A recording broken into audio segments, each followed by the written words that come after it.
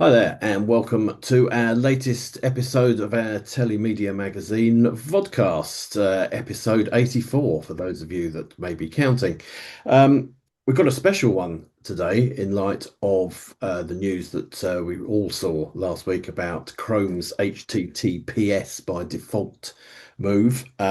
It's an update that was mooted at the end of October 2025, comes into force in Chrome 147 next month, April 2026, which will affect or begin to affect the industry by October of this year. With Chrome 154, it will affect everybody. So I've assembled my crack team of experts to try and unpick what we know so far, what we think it's going to mean, and what potentially some solutions may or may not be short and long term. It's obviously thrown the industry into a bit of a spin because it's quite a big deal. For those of you that aren't familiar, what's actually happening is that Chrome is moving to HTTPS by default from April, and that means that it is encrypted and secure.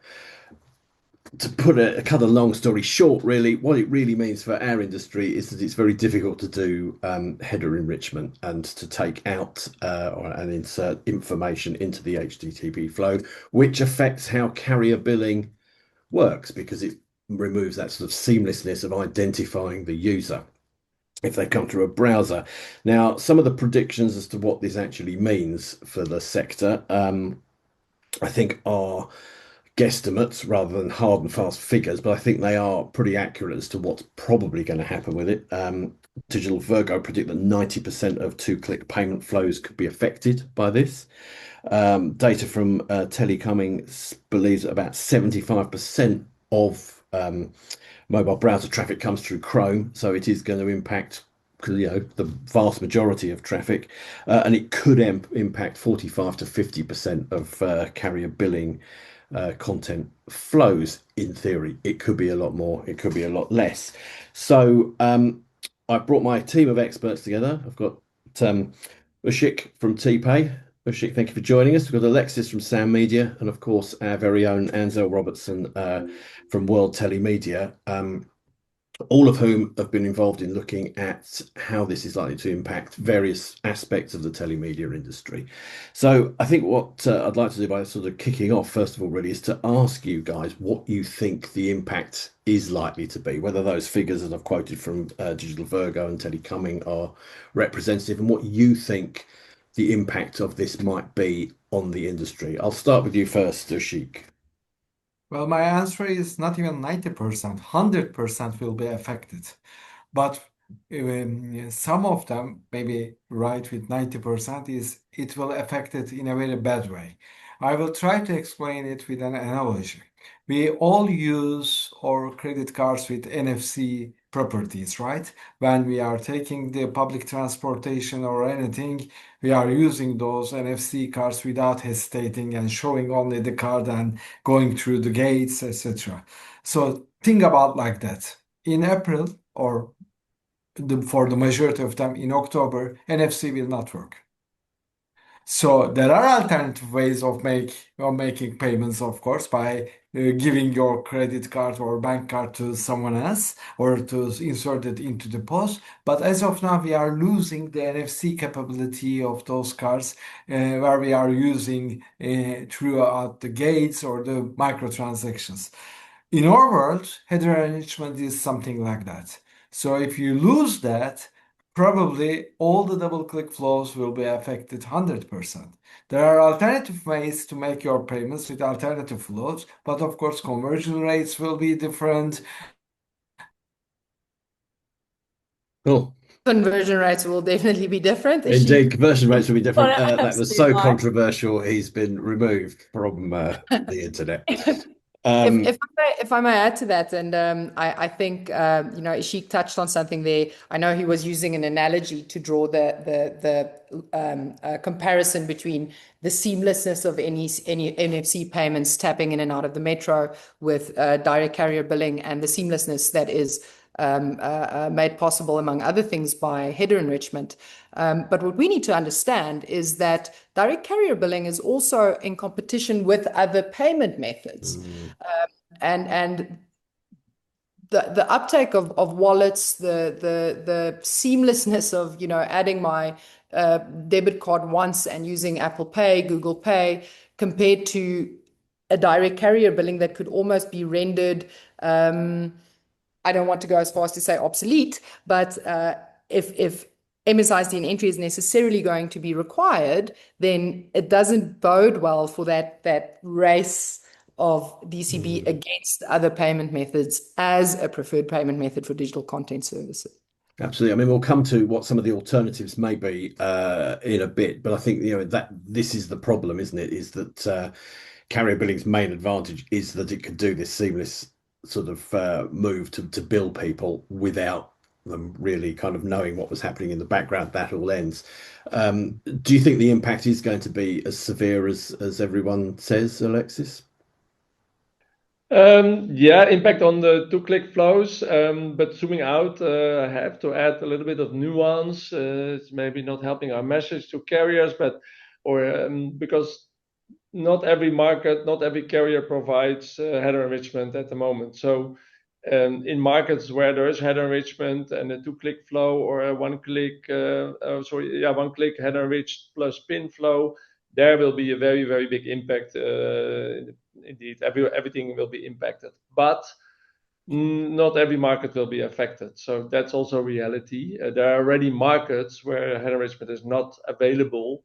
Still, we would want it because it does help. And any friction you introduce in a payment flow will reduce conversion significantly. And that is what we are facing. And I was also going to mention what Anzelle mentioned, but we'll get to this later maybe, is that, there are alternative payment methods that will be more competitive if conversion of DCB is decreasing. Yes, absolutely. Which markets is header enrichment not already being used in? No, there's quite a few, especially in Europe, where header enrichment is no longer available. So I think it very much depends on the region. Like Africa, there's a lot of two-click flows still, two-click flows. Asia, some countries, but also there already it's been changing. But a better alternative would help, because some of the changes, especially in Europe, have to do with privacy. And there are alternatives to header enrichment that provide better privacy, and it might become an option again for carriers. So in that sense, it's also an opportunity if if the industry reads the carriers implement more advanced, more secure, more better privacy protection, header enrichment, or user identification options, then it's an opportunity for improving the flow again and increasing the conversion. So that will not be tomorrow, but that could be a message, and it will not only affect DCB but also other mobile commerce going forward. So in that sense, it's an opportunity for carriers to get a bigger part of the pie in terms of mobile payments. That's an interesting. Go on. And perhaps also the opportunity and the task now of stakeholders like yourselves, like content providers, like payment service providers, to ring the bell and raise awareness, also in the markets where there currently is no header enrichment, to go, these and these and these alternatives are available, and they actually address all these privacy concerns that were the reason in the first instance why these markets had no header enrichment. So we might actually see a utopian future here, where we have, after this initiative and after all this work has been done, more markets where an MSISDN is available or where two-click flow is supported than we did before. Interesting. I think the thing is, it's already happened, as you say, in some markets where they're having to work without header enrichment. What lessons can be learned from that? I mean, what alternatives are they using in those markets, and how can that apply to the broader market now that this HTTPS by default move has happened? Some carriers, I think, have resolved this, but the alternatives are mainly on the merchant side, where we have no choice. So we need to make it work without header enrichment. But it does affect the business because it means there's more friction. That means lower conversion. That means we need to invest more in marketing, more in acquiring new users. So yeah, and then sometimes there is still a business case. So then we continue, but at the same time, it stimulates us to look at alternative payment methods where in the end the balance between cost per subscriber, conversion, and payouts is more positive compared to DCB. And that's, I think, the bigger picture that carriers also need to be aware of, and that's also part of the story to carriers. If we want to maintain DCB or make DCB more competitive, we do need to resolve this. Else, it will only benefit alternative payment methods. What sort of ways are there of resolving it, do you think, Isik? So basically, in fact, Alexis is right. We had this kind of problems independent from the Chrome restriction in many countries, right, Alexis? For instance, in the last 7 years, I can easily articulate 2 or 3 countries that the header enrichment was not being used in DCB billing. So there are alternative payment methods. Here, the message is this. DCB in the past, most of the merchants and most of the content providers were too much dependent on DCB. As of now, the picture is not the same. So DCB is more an important tool for the operators rather than the payment providers and the content providers. So DCB at the end of the day is owned by the operators, like the credit card transactions are owned by the banks. So as of now, even in many countries, we have alternative payment solutions that are not using header enrichment, but creating more payouts for our merchants. Wallets are one of them. Even if you look at very big payment providers providing solutions to the big brands like Google, Apple, you will see that they started to use A2A payments or the open banking solutions, including Tpay too. So I think in order to keep DCB relevant, operators will need to invest a lot, not only to solve the header enrichment problems that we are seeing now because of the Chrome implications, but also related to payouts, related to the basic payment flows. So I keep saying at the end of the day, today we are losing. Again, within the analogy, we are losing the NFC of the credit card with respect to public transportation or any kind of microtransactions. But there are alternatives. Wallets are one of them. Even credit card business now becoming more and more adaptable by the content providers or mobile service providers throughout the world. So I think if this would happen 10 years ago, probably Alexis and I will be in a much more pessimistic mood. Now we have alternatives, and we do provide those alternatives to the most of the merchants operating in the world. So you're referring rightly to alternative means of billing, so alternative to DCB as a billing method. Okay. What is the alternatives to HTTP as a header enrichment method, or the alternatives to methods in which a merchant is able to have the MSICN identified prior to a subscription or a payment so that the consumer doesn't have to enter it manually? So that's question one is I think, what are those alternatives? And question two is, both of you obviously have good relationships with your MNO partners, and between the two of your organizations, you cover a good chunk of the world. What is the feedback that you're seeing from MNOs when you're having this conversation? And the ones that are tackling it efficiently, what can the ones that are tackling it inefficiently or less efficiently or simply unaware, what can they learn from them? Alexis, you go first. No, I was hoping you would go first, Isik. Oh. Well, there's two questions really, so you can each have one. Now, there's multiple alternatives, but that's quite technical. Each of them, I think that's really important, requires the operator to do something and to invest. That is always difficult. A long time ago, I used to work for a mobile operator, and anything touching the billing infrastructure or the network, the security, it's very, very sensitive. It's a very complex organizations, also technically very complex organizations. So they won't easily make changes and also capex investments are a big thing. So that is already a barrier. And then especially with DCB being a little bit marginalized recently in the past years, where often it's considered sort of wholesale. There's only a small team that supports DCB. Some carriers have seen the light and see it as an opportunity to become a fintech or to play a role in payments.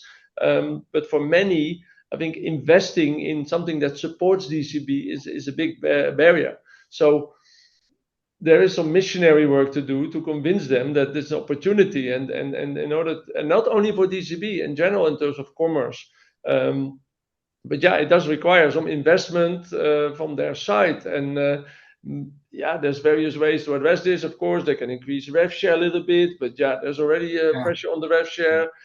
Maybe some merchants are willing to contribute in some way, but anyway, it's a question that we need to have, or that we're open to have, because it's in everyone's interest. Of course, if our conversion halves, then it costs us twice as much to acquire the same amount of users. So yeah, then we rather contribute a little bit to a solution instead of having to pay a lot more for years to come. But yeah, all of them require investment and also time. And in that sense, we're running late. Even the simplest solutions, there's no real simple solution, but the simpler of the 4 or 5 that are available require months of implementation. So yeah, then add that to April and you're almost in October. So that is it's quite a challenge. Yeah, not entirely, but yeah, you get what I mean. It's also not decided today or started today. So yeah, that is the challenge. So yeah, maybe, and I saw in Paul's article also that yeah, we need to talk to the business side of the carriers more to convince them, and yeah, and also as an industry, I know that some of our peers, like Digital Virgo, for instance, or also Tpay, they have been talking to carriers, but I think yeah, it might be a stronger message if we do it as an industry, and here Telemedia can help, MEF can help. Yeah, that I think is key. Yeah, absolutely. And I think before I pass to Isik, because you gave me a beautiful segue, Alexis, thank you, this is exactly the initiative that we as a collective, including you guys, including some of your peers that you mentioned, Digital Virgo, Telecoming, Evina, are aiming to achieve, where we can facilitate some sort of platform to be the voice, the collective voice, of all these stakeholders, because it is a message that needs to go far and wide. So basically, the thing that we should underline is it is not only related to monetization. Header enrichment is being used by the operators for many more services like customization, identity management, sometimes even the call center support or the customer support that you can receive automatically by identifying your MSA STN. So now we are always talking about the DCB because we are coming from this industry, but it has also collateral damage that will happen on those functions. So the question that you asked a couple of minutes ago about the awareness of the operators depends on how aware they are about those other services that they are using will be affected by the header enrichment too. I would say 5% or 10% of the operators in the world may be ready. So when HTTPS comes, they will not be affected too much.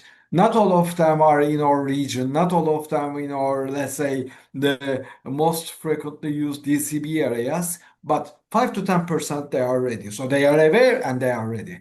Then there are the second segment. They are aware, but they are not ready.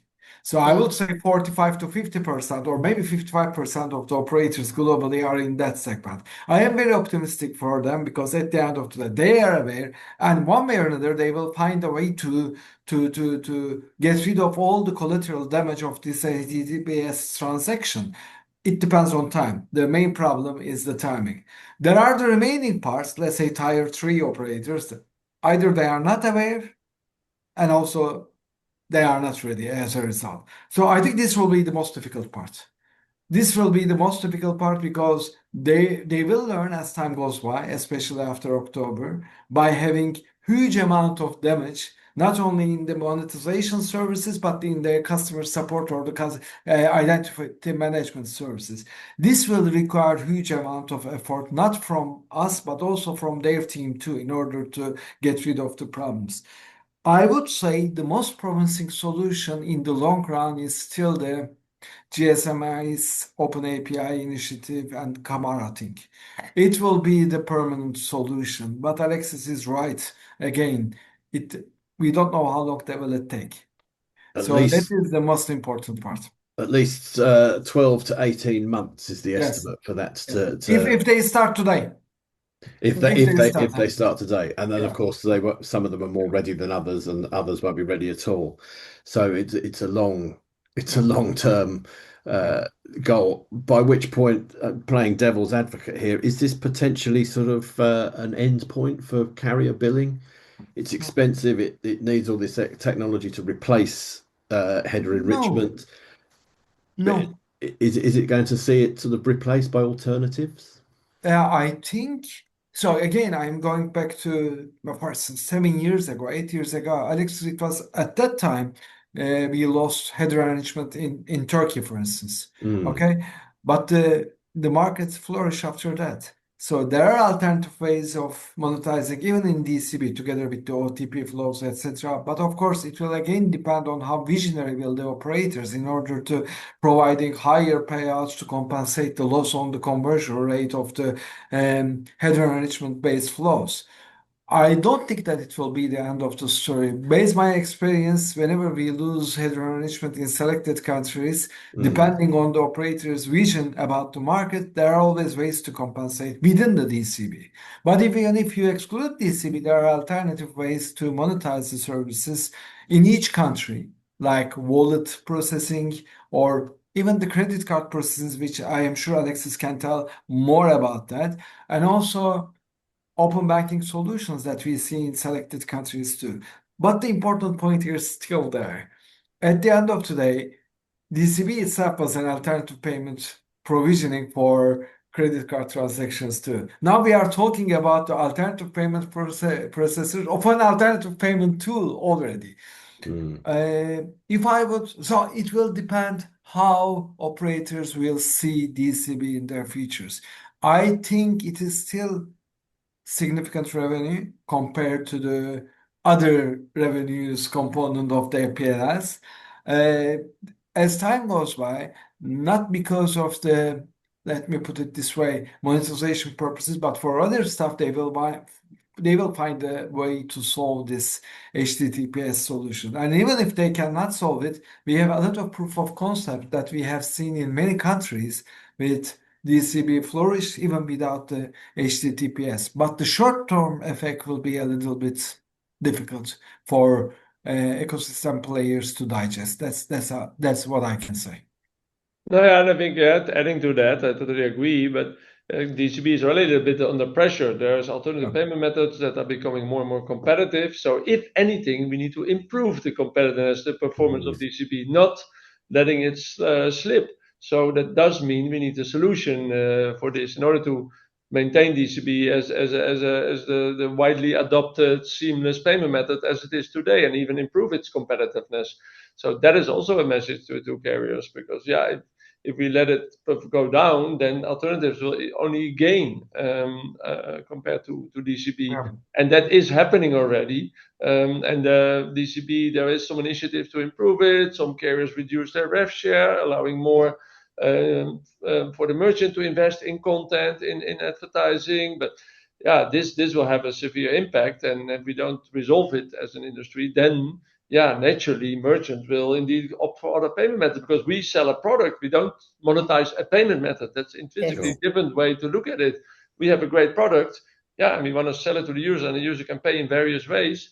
And the more alternatives become available and widely adopted, because that's still the main differentiator. DCB is 100% penetration, but you see now other payment methods also quickly growing. So at some point that reaches a tipping point, and then more and more merchants will focus on other payment methods first, and only secondly on DCB. At the end of the day, if I SMS a keyword to a short code and I get billed, that's still DCB. And that has nothing to do with HTTP, HTTPS, conversion rate, header enrichment, blah, blah, blah. So the actual ability to take money against an MSISDN, that's not impacted by this. Advertising on Chrome or browsing on Chrome and converting via that channel is impacted by this. Even the OTP flows. Again, I keep saying the analogy that I built for the credit cards is the same. We are not talking about the debt of the card transactions. We are talking about the NFC payments. Okay, a certain kind of flow will be affected. Would Google or Apple transactions affected? No. For instance, if one day Alexis will decide to provide in-app solutions or the applications in his products in terms of applications, etc., well, it wouldn't be affected. So the DCB will never die. I keep hearing these kind of stories approximately 5 times in the last 20 years. We will find a way to evolve. The problem is, as of now, today, considering the evolution of our ecosystem in the last couple of years, it is not our problem a lot. It is now becoming the operator problem. Because Tpay is providing, and not only Tpay, Boku, Bango, all the payment providers are providing a lot of different payment methods to content providers. Alexis is monetizing his services not only on DCB anymore. So who is in trouble now exactly?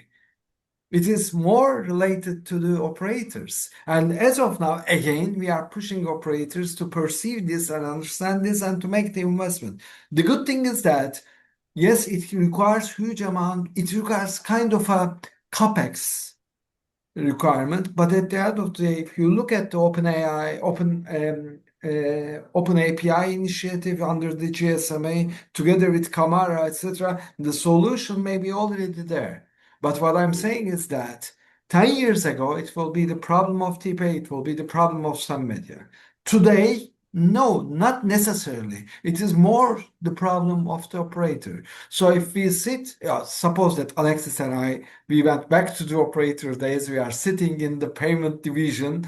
What you will do if you are losing the conversion rate because of losing the header enrichment on HTTPS, in order to make things work, probably you will increase either the price of the services that you allow merchants to use, or you will increase their payout so that you can compensate the conversion. So it's even if we don't have a technical solution there, with respect to business, there is a solution. The important question is if they are aware or not.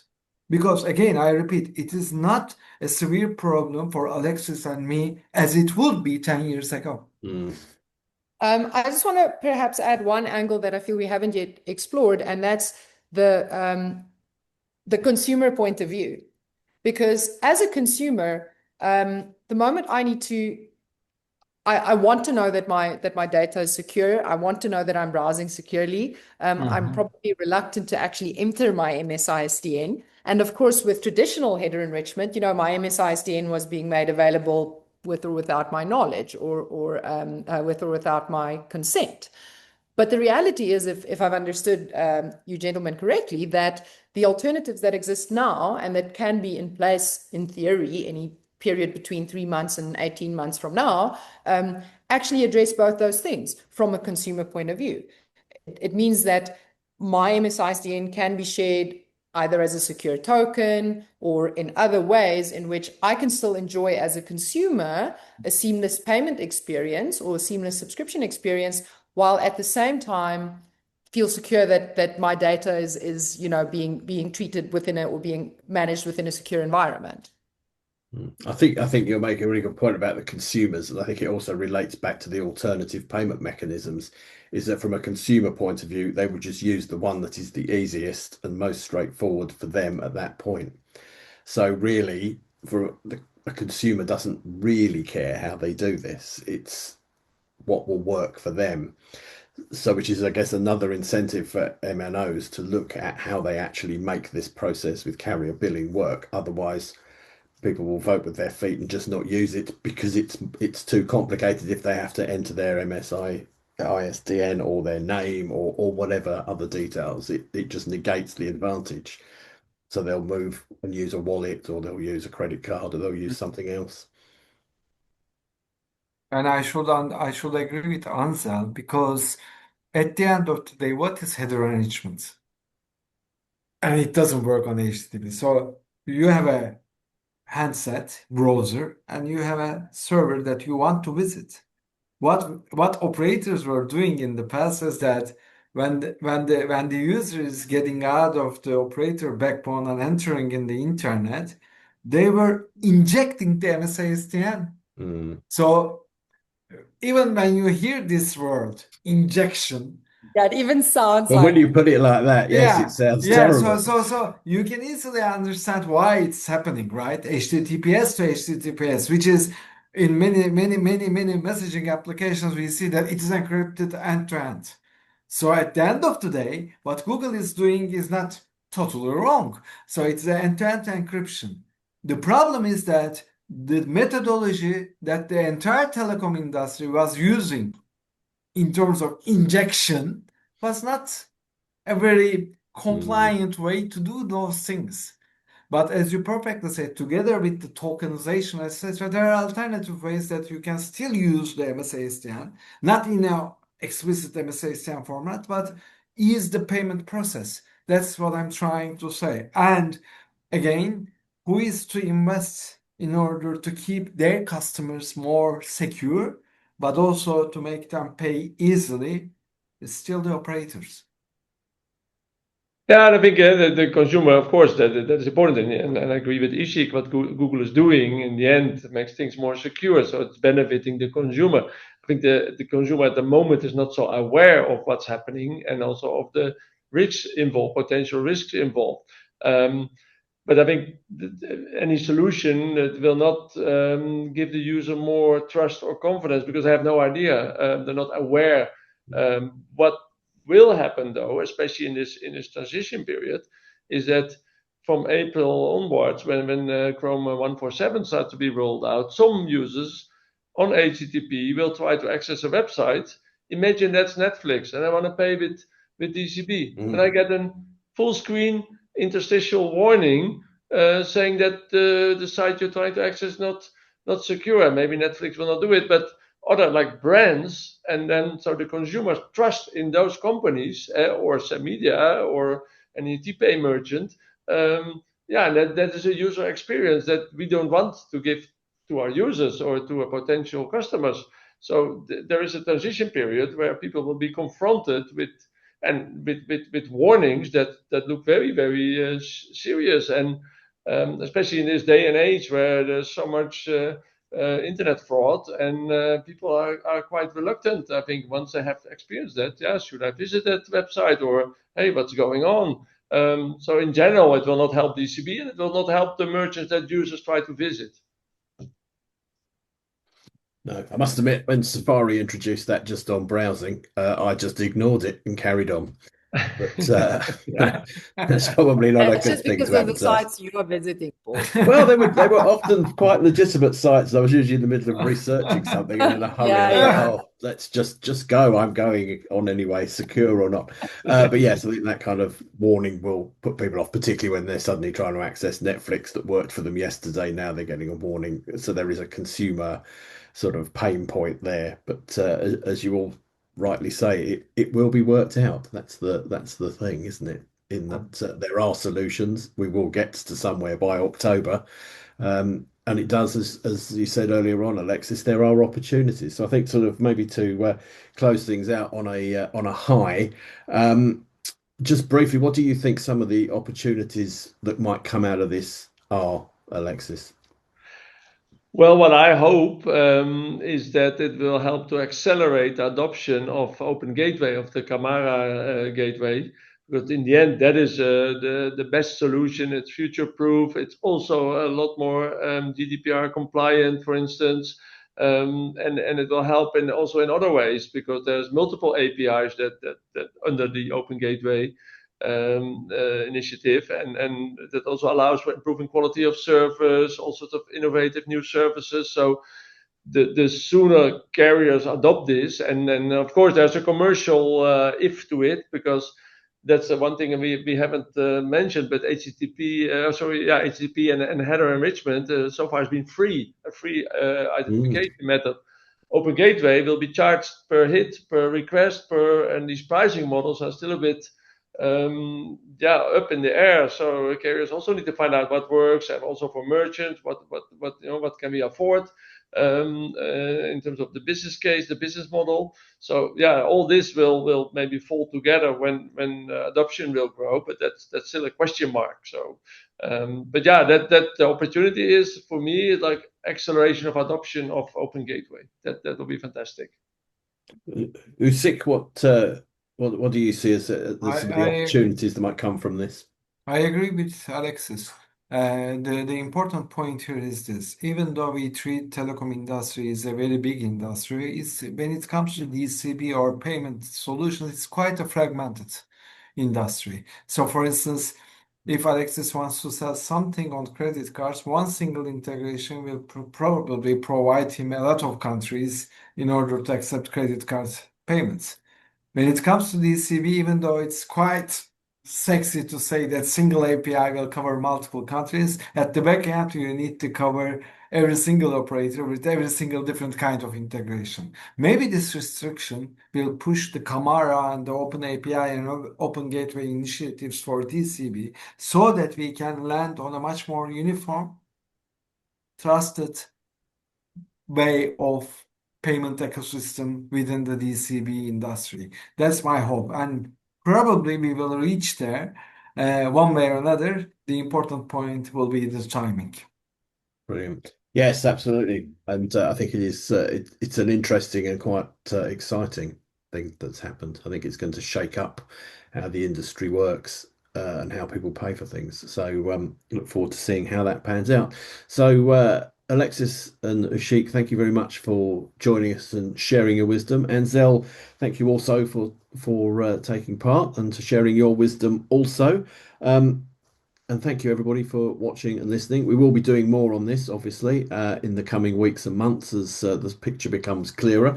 So do stay tuned. But in the meantime, thank you very much for watching, and we'll see you all again soon. Thank you. Thank you very much. Thank you. Cheers.